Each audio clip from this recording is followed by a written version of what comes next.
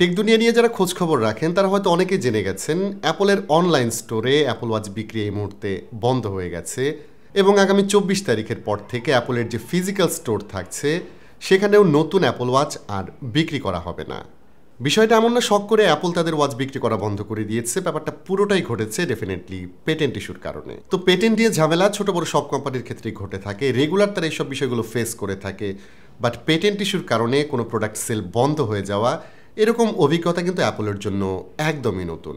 ঘটনাটি ঘটিয়েছে মেসিমো নামের একটি কোম্পানি যারা বেসিক্যালি মেডিকেল টেকনোলজি প্রোডাক্ট তৈরি করে থাকে। তাদের বড় বড় ইকুইপমেন্টসের পাশাপাশি ছোটোখাটো ডিভাইসও আছে, যার মধ্যে থাকছে আমাদের বহুল প্রচলিত অক্সিমিটার, যেটা দিয়ে ব্লাড অক্সিজেন মেজার করা হয়।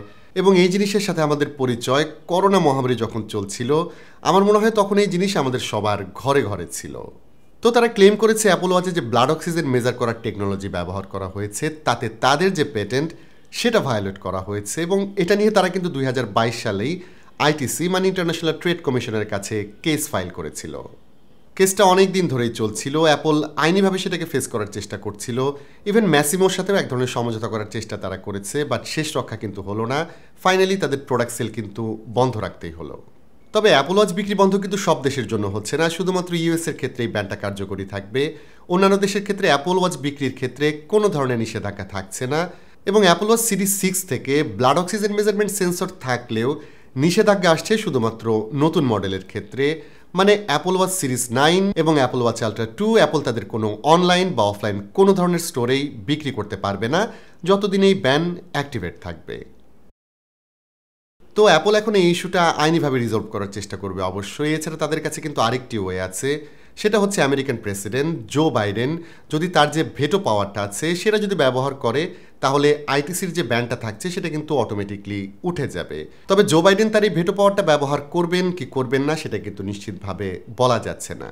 এর আগের একটি রেকর্ড আছে যদিও, যেখানে 2013 সালে বারাক ওবামা অ্যাপলের পক্ষে আইটিসির এগেনস্টে ভেটো দিয়েছিল, যেখানে স্যামসাংয়ের সাথে অ্যাপলের ঝামেলা চলছিল, বাট এবার সেরকম কিছু নাও ঘটতে পারে।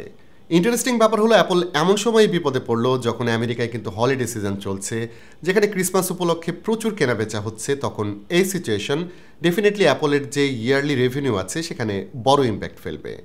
যদিও অন্যান্য মডেলগুলো স্টিল তারা সেল করতে পারবে, ইউএসএ ছাড়া অন্য সকল দেশে সব মডেলই বিক্রি চলবে।